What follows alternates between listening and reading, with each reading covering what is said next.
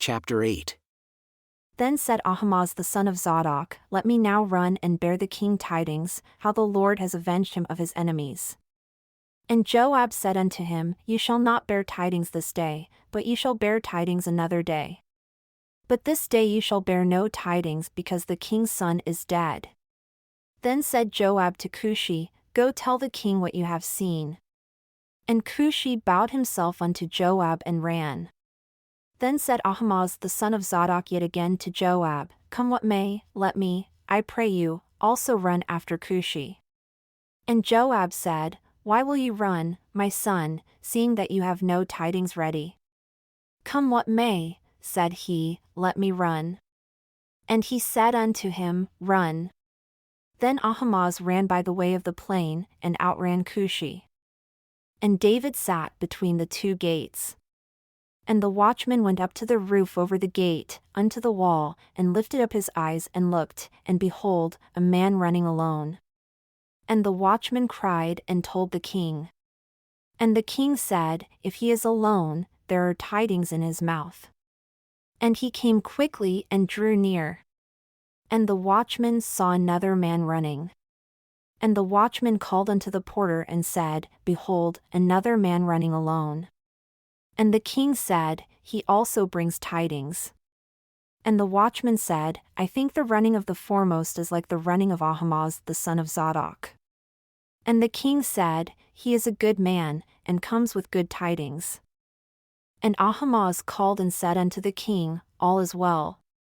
And he fell down to the earth upon his face before the king, and said, Blessed be the Lord your God, who has delivered up the men that lifted up their hand against my lord the king. And the king said, Is the young man Absalom safe? And Ahimaaz answered, When Joab sent the king's servant, and me your servant, I saw a great tumult, but I knew not what it was. And the king said unto him, Turn aside and stand here. And he turned aside and stood still. And behold, Cushi came. And Cushi said, Tidings, my lord the king, for the Lord has avenged you this day of all them that rose up against you. And the king said unto Cushi, Is the young man Absalom safe?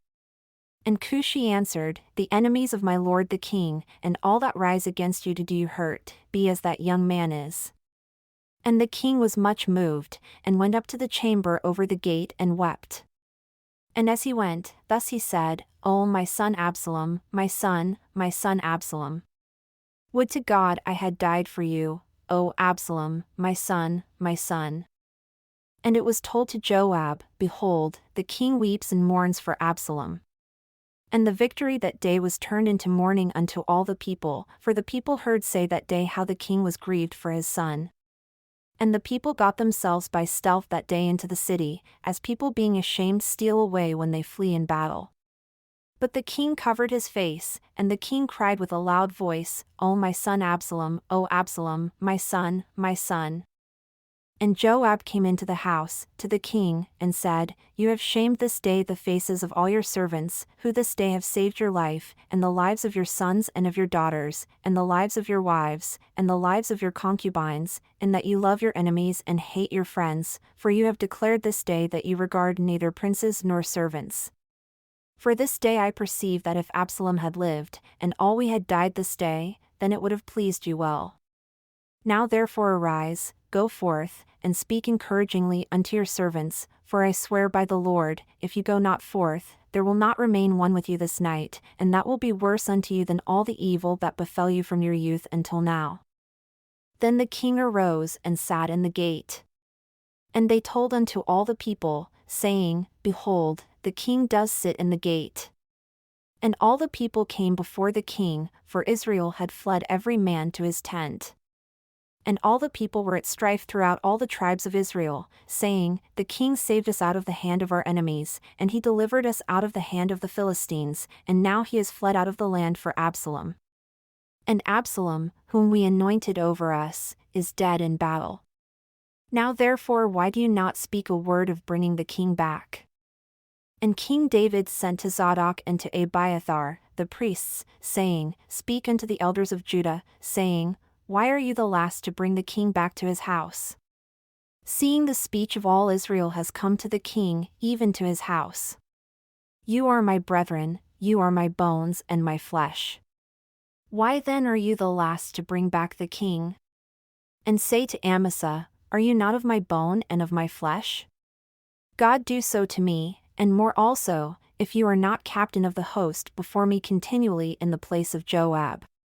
And he bowed the heart of all the men of Judah, even as the heart of one man, so that they sent this word unto the king, Return, and all your servants. So the king returned and came to Jordan, and Judah came to Gilgal to go to meet the king, to conduct the king over Jordan. And Shimei the son of Gera, a Benjamite who was of Bahurim, hastened and came down with the men of Judah to meet King David. And there were 1,000 men of Benjamin with him, and Ziba the servant of the house of Saul, and his 15 sons, and his 20 servants with him, and they went over Jordan before the king. And there went over a ferry boat to carry over the king's household, and to do what he thought good. And Shimei the son of Gera fell down before the king as he had come over Jordan, and said unto the king, Let not my lord impute iniquity unto me, neither do remember that which your servant did perversely the day that my lord the king went out of Jerusalem, that the king should take it to his heart, for your servant does know that I have sinned. Therefore, behold, I have come the first this day of all the house of Joseph to go down to meet my lord the king. But Abishai the son of Zeruiah answered and said, Shall not Shimei be put to death for this, because he cursed the Lord's anointed? And David said, What have I to do with you, you sons of Zeruiah, that ye should this day be adversaries unto me? Shall there any man be put to death this day in Israel? For do not I know that I am this day king over Israel? Therefore the king said unto Shimei, You shall not die. And the king swore unto him. And Mephibosheth the son of Saul came down to meet the king, and had neither dressed his feet, nor trimmed his beard, nor washed his clothes from the day the king departed until the day he came again in peace. And it came to pass, when he had come to Jerusalem to meet the king, that the king said unto him, Why did you not go with me, Mephibosheth? And he answered, My lord, O king, my servant deceived me. For your servant said, I will saddle me an ass that I may ride thereon and go to the king, because your servant is lame.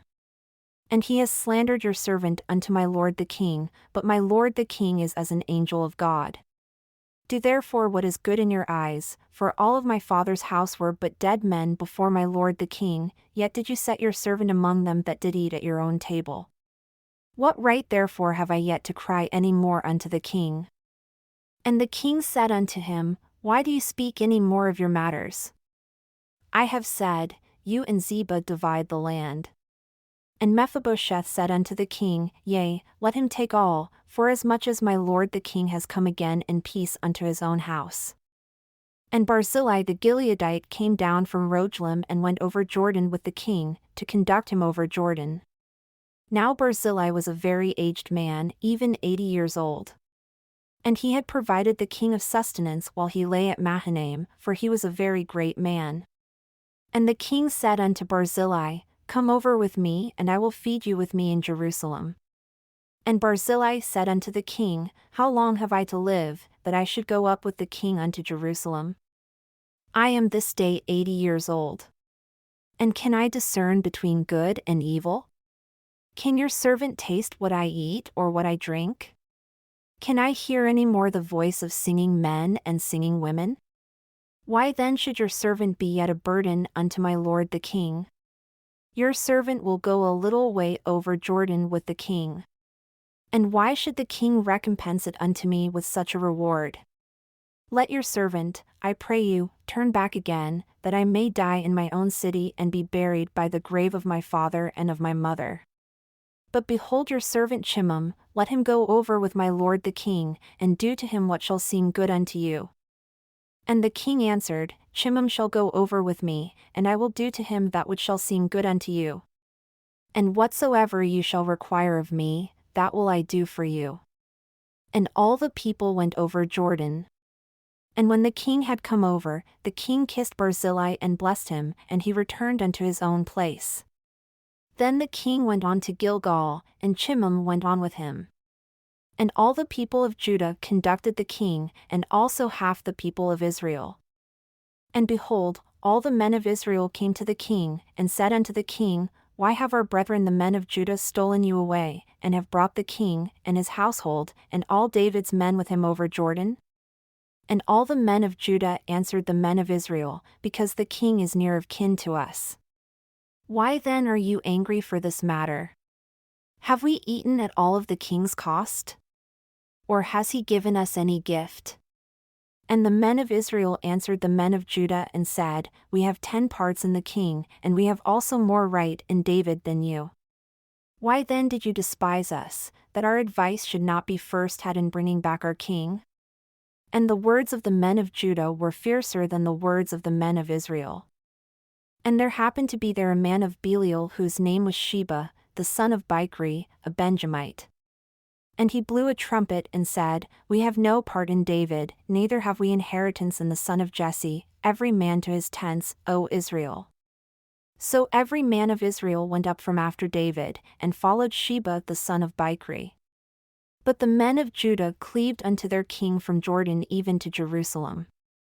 And David came to his house at Jerusalem, and the king took the 10 women, his concubines whom he had left to keep the house, and put them under guard and fed them, but went not in unto them. So they were shut up unto the day of their death, living in widowhood. Then said the king to Amasa, Assemble me the men of Judah within 3 days, and be here present. So Amasa went to assemble the men of Judah, but he took longer than the set time which he had appointed him. And David said to Abishai, Now shall Sheba the son of Bichri do us more harm than did Absalom. Take your lord's servants and pursue after him, lest he get himself fortified cities and escape us. And there went out after him Joab's men, and the Cherethites, and the Pelethites, and all the mighty men, and they went out of Jerusalem to pursue after Sheba the son of Bichri. When they were at the great stone which is in Gibeon, Amasa went before them. And Joab's garment that he had put on was girded unto him, and upon it a belt, with a sword fastened upon his loins and the sheath thereof, and as he went forth, it fell out. And Joab said to Amasa, Are you in health, my brother? And Joab took Amasa by the beard with the right hand to kiss him. But Amasa took no heed to the sword that was in Joab's hand, so he smote him with it in the 5th rib, and shed out his inward parts to the ground, and struck him not again, and he died.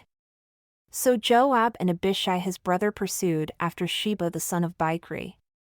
And one of Joab's men stood by him and said, He that favors Joab and he that is for David, let him go after Joab. And Amasa wallowed in blood in the middle of the highway. And when the man saw that all the people stood still, he removed Amasa out of the highway into the field, and cast a cloth upon him when he saw that everyone that came by him stood still. When he was removed out of the highway, all the people went on after Joab to pursue after Sheba the son of Bichri. And he went through all the tribes of Israel unto Abel, and to Bethmaachah, and all the Berites. And they were gathered together, and went also after him.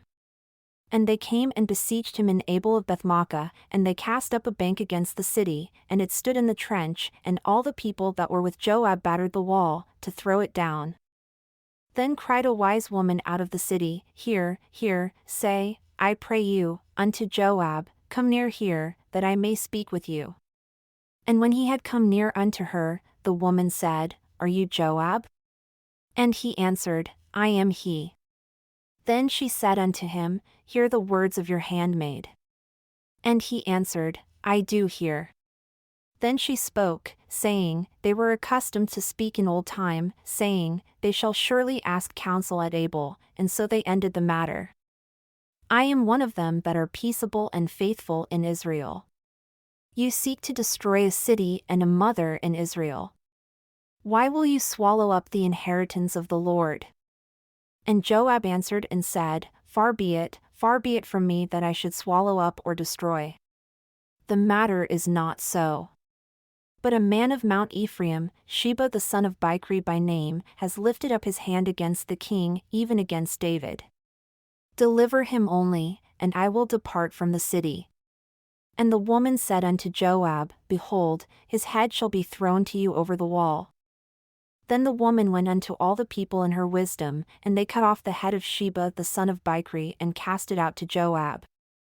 And he blew a trumpet, and they retired from the city, every man to his tent. And Joab returned to Jerusalem unto the king. Now Joab was over all the host of Israel, and Benaiah the son of Jehoiada was over the Cherethites and over the Palathites, and Adoram was over the tribute. And Jehoshaphat the son of Ahilud was recorder, and Sheva was scribe, and Zadok and Abiathar were the priests, and Ira also, the Jairite, was a chief ruler about David.